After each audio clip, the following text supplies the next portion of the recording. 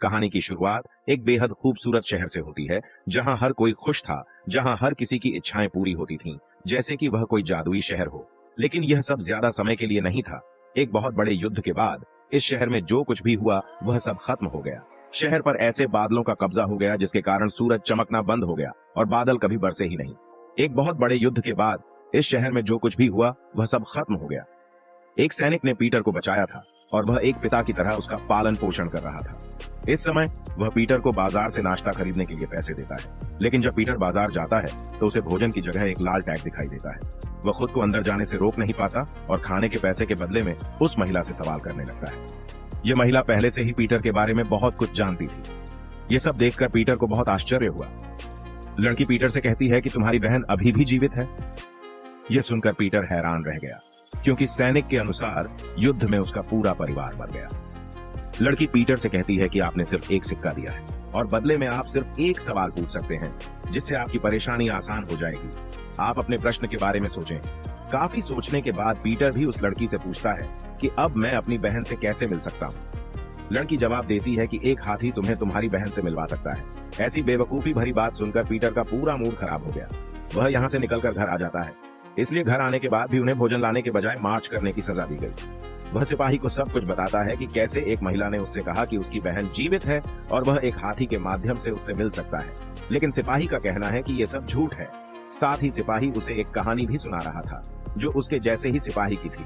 वह प्रतिदिन एक किताब पढ़ता था और उसे पढ़कर रोता था। इस तरह उसका ध्यान लड़ाई से पूरी तरह हट गया। एक दिन मैंने उसकी किताब चुरा ली और फिर वह बहुत ताकतवर सिपाही बन गया। सिपाही का पीटर को यह कहानी सुनाने का मकसद ये था कि अगर पीटर एक अच्छा सिपाही बनना चाहता है तो उसे अपनी कमजोरियों की ओर नहीं जाना चाहिए। सिपाही कहता है कि तुम्हारी बहन और तुम्हारी माँ मेरी आंखों के सामने थीं। अब ऐसी चीजों की तलाश करने का कोई मतलब नहीं है जो इस दुनिया में मौजूद ही नहीं है। अब जब पीटर रात में अपनी सजा पूरी कर रहा होता है तो उसके फ्लैट के नीचे रहने वाले लोग उसके मार्च की आवाज से बहुत परेशान होते हैं। वे पीटर को बुलाते हैं और उससे कहते हैं कि वह यह सब काम रात में न करे। पीटर को अपने पड़ोसी बहुत पसंद थे, इसलिए वह अपने पड़ोसी को पूरी कहानी बताता है कि कैसे एक औरत ने कहा है कि मेरी बहन जीवित है। आदमी उसकी सारी बातें ध्यान से सुनता है और यह भी कहता है कि हो सकता है कि औरत सच बोल रही हो और यह भी हो सकता है कि तुम्हें तुम्हारी बहन मिल जाए। उसके बाद सीन को काट दिया जाता है और हमें जादूगर को दिखाया जाता है। उनका जादू इतना बकवास था कि किसी को पसंद नहीं आया। इस बात को लेकर वह खुद काफी तनाव में था और अब वह अपना आखिरी जादू दिखाने के लिए एक महिला को बुलाता है। इस बार उसने एक बहुत शक्तिशाली जादुई मंत्र पढ़ा था। इस मंत्र से उसका बिगड़ा हुआ शहर फिर से पहले जैसा सुंदर दिखने लगा, लेकिन शायद उनका जादू अभी तक पूरी तरह से काम नहीं कर पाया था। उसका जादू उल्टा हो गया था, जिसके कारण एक बहुत बड़ा हाथी वहां आ जाता है और उस महिला के ऊपर गिर जाता है। हाथी को देखकर सभी लोग डर जाते हैं और वहां से भाग जाते हैं। जब पीटर को रात में एक सपना आया जिसमें वह अपनी बहन के साथ खेल रहा था, ये सपना उसे बहुत चिंतित कर देता है और वह फिर से उठता है और उसी महिला से मिलने का फैसला करता है जिस महिला ने उसे बताया था कि उसकी बहन अभी भी जीवित है। लेकिन जब वह यहाँ आए तो सिर्फ वह महिला ही नहीं, उनका तंबू भी गायब था। वह यहाँ लोगों से पूछता है कि जो लड़की कल यहाँ लेटी थी वह कहाँ गई, लेकिन इसके बारे में किसी को कुछ नहीं पता था। बात करते करते उसे पता चला कि यहाँ जादू के शो में एक हाथी आया है। यह सुनकर उसे लड़की की बातें याद आ गईं, जिसमें वह कहती है कि तुम अपनी बहन को हाथी के जरिए पा सकते हो। पहले तो उसे लगा कि यह बकवास है, क्योंकि उसके शहर में कोई हाथी नहीं था, लेकिन अब उसे लड़की की बातों पर भरोसा होने लगा। वह खुशी खुशी अपने पड़ोसी के पास जाता है और उसे बताता है कि शहर में एक हाथी आया है, हो सकता है वही हाथी मुझे अपनी बहन से मिलवा दे। यह बात सुनकर वह आदमी भी खुश हो गया और उससे बोला कि हाँ, क्यों नहीं, ऐसा हो सकता है और आप चिंता न करें, मैं हमेशा आपके साथ हूँ और उस हाथी को आपसे मिलवाने की पूरी कोशिश करूंगा। फिर वह सिपाही के पास जाकर यह सब बताता है, लेकिन सिपाही को फिर भी उस पर विश्वास नहीं हुआ। दूसरी ओर जो आदमी पीटर की मदद करना चाहता था वह अब महल में जाता है और हाथी के बारे में पूछता है। तब उसे पता चला कि हाथी को कैदी की तरह रखा गया है, लेकिन जल्द ही उसे मार दिया जाएगा, क्योंकि उसे लगता है कि यह हाथी यहाँ के लोगों के लिए खतरा हो सकता है। यह सचमुच एक समस्या थी। अब वह आदमी पीटर की मदद के लिए इस देश के राजा को पत्र लिखता है कि हमारे शहर में एक बहुत बड़ा हाथी गिर गया है, अगर उन्हें देखना है तो हमारे शहर जरूर आएं। अब चूंकि राजा को भी ऐसी नाटक प्रकार की बातें पसंद थीं, इसलिए उस आदमी की योजना सफल हो रही थी। राजा ने हाथी को जीवित रखने का आदेश देकर स्वयं उससे मिलने आने का निश्चय किया था। जब राजा इस नगर में आते हैं तो सभी लोग उनका बहुत अच्छे से स्वागत करते हैं और उनके सामने हाथी भी खूब रंगा हुआ है। लेकिन हाथी को इस रंग से एलर्जी हो रही थी और इसीलिए उसे गुस्सा आ रहा था। सभी लोग इस डर से वहां से भागने वाले थे कि वहां खड़ा पीटर सब कुछ समझ गया है और वह एक कपड़ा गीला करके अपनी आंखों से सारा केमिकल पाउडर निकालने लगता है। यह देखकर हाथी को भी शांति मिलती है। सभी यह भी समझते हैं कि हाथी उन्हें मारने वाला नहीं है। दरअसल हाथी अब अपनी सूंड से पानी इकट्ठा करता है और खुद को देता है और फिर वह वहां आराम से बैठ जाता है। यहाँ का मुखिया पीटर से काफी प्रभावित हुआ कि उसने इतने बड़े हाथी को बिना किसी डर के शांति दी। उनका कहना है कि अगर आप चाहें तो हमारे पास आपके लिए नौकरी है, आप यहाँ रहकर इस हाथी की देखभाल कर सकते हैं। लेकिन पीटर उससे कहता है कि मैं हाथी की देखभाल नहीं कर सकता, मैं इस हाथी को अपने साथ चाहता हूँ, ये हाथी मुझे मेरी बहन से मिलवा सकता है। इससे पहले कि मुखिया उसे मना करता, राजा ने उसे टोक दिया और पीटर से कहा, ठीक है, यदि तुम 3 असंभव कार्यों को पूरा करोगे तो मैं तुम्हें यह हाथी इनाम में दूंगा। जिसमें पहला टास्क ये था कि पीटर को एक बेहद खतरनाक सैनिक से लड़ना था। इस कार्य के लिए राजा उसे अपनी तलवार भी देता है, लेकिन अब वह इस तलवार को उठाने में भी सक्षम नहीं था। जब पीटर का पड़ोसी घर आता है तो वह उसे थोड़ी ट्रेनिंग भी देता है। अब फिल्म में पहली बार हमें पीटर की बहन दिखाई जा रही है। इसका मतलब ये है कि वो सच में जिंदा है। उसे सपने में हाथी भी दिखाई देता है। वह जाकर अपनी बहन को यह सब बताता है, लेकिन उसकी बहन उससे कहती है कि ये सब भूल जाओ और सो जाओ। जब हाथी उसके सपने में अपने परिवार को लेकर आया तो उसने देखा कि वह किस प्रकार अपने परिवार को छोड़कर यहाँ आ गया है और वह इन सब से डर कर उठ जाता है। इस बार पीटर उसके सामने था। पीटर ने उसे अपने शहर का नक्शा दिखाया और कहा, बताओ मेरी बहन कहाँ है। लेकिन हाथी को उसकी भाषा समझ नहीं आई, इसलिए न चाहते हुए भी अब पीटर वहां से निकलना चाहता है। वह जानता था कि सुबह उसे हर हालत में एक सैनिक से लड़ना है। जब प्रतियोगिता का समय आया तो अब उसके पास केवल 2 पैर थे। उसके सामने तिगुने आकार का एक आदमी था जो उससे लड़ने जा रहा था। जैसे ही पीटर उस सैनिक का नाम सुनता है तो उसके दिमाग में वह कहानी आ जाती है जो उसके सैनिक ने उसे बताई थी। कैसे उन्होंने एक सैनिक की कमजोरी को दूर कर उस सैनिक को बहुत बहादुर बना दिया।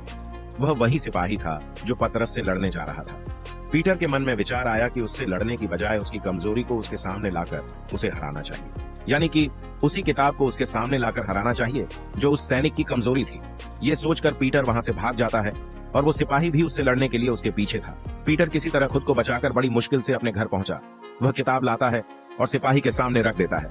किताब देखकर सिपाही को अपनी माँ की याद आ गई। इसी तरह उन्होंने अपने इमोशन खो दिए और पीटर ने अपना पहला टास्क जीत लिया। राजा को भी यह सब देखकर बहुत आश्चर्य हुआ। अब उसे अगला काम मिलता है कि उसे उड़कर दिखाना है। यह सचमुच असंभव था। वह यह सब कैसे कर सका। जब पीटर हाथी को पानी देने जाता है तो वह हाथी से कहता है, मुझे नहीं पता कि मैं कल उड़ पाऊंगा या नहीं, लेकिन हाँ, ये पक्का है कि मैं तुम्हें यहाँ से निकालूंगा और तुम्हारे परिवार के पास भी भेजूंगा। उसकी बातें हाथी को आशा देती हैं। वह पीटर के सूट को प्यार करके उसे यह आशा भी देता है कि वह निश्चित रूप से जीतेगा। और इस तरह इस शहर के किसी शख्स में लंबे समय बाद ये उम्मीद जगी और इस उम्मीद का जादू काम करता है। हर इंसान को लगने लगता है कि शायद सब कुछ पहले जैसा हो जाएगा। जब सभी के मन में यह आशा जगी कि कुछ भी असंभव नहीं है और उनका शहर पहले जैसा हो जाएगा, तो अब उनके बर्बाद शहर में कुछ बदलाव होने लगे। पीटर की बहन को दिखाया गया है जिसे पता चला कि शहर में एक हाथी आया है। वह जाकर अपनी बहन से कहती है कि शहर में वही हाथी आया है जो हर बार मेरे सपने में आता है। वह अपनी बहन से कहती है कि कृपया मुझे शहर ले चलो। जब पीटर यहाँ उड़ान भरने की प्रक्रिया में था तो उसकी बहन भी सहमत थी। सिपाही उसे ऐसा करने से रोकता है, अगर तुम ऐसा करोगे तो मर जाओगे। लेकिन वह किसी और की बात सुनने वाला नहीं था। जब पीटर सिपाही के घर से चला गया तो सिपाही को भी बहुत दुख हुआ। उसे वह समय याद आ रहा था जब वह पीटर से पहली बार मिला था। युद्ध के दौरान पीटर और उसकी बहन जीवित थे। एक बहन भी थी जिसने पतरस को सिपाही को दे दिया। दरअसल वह अपनी बहन को अपने साथ रखता था।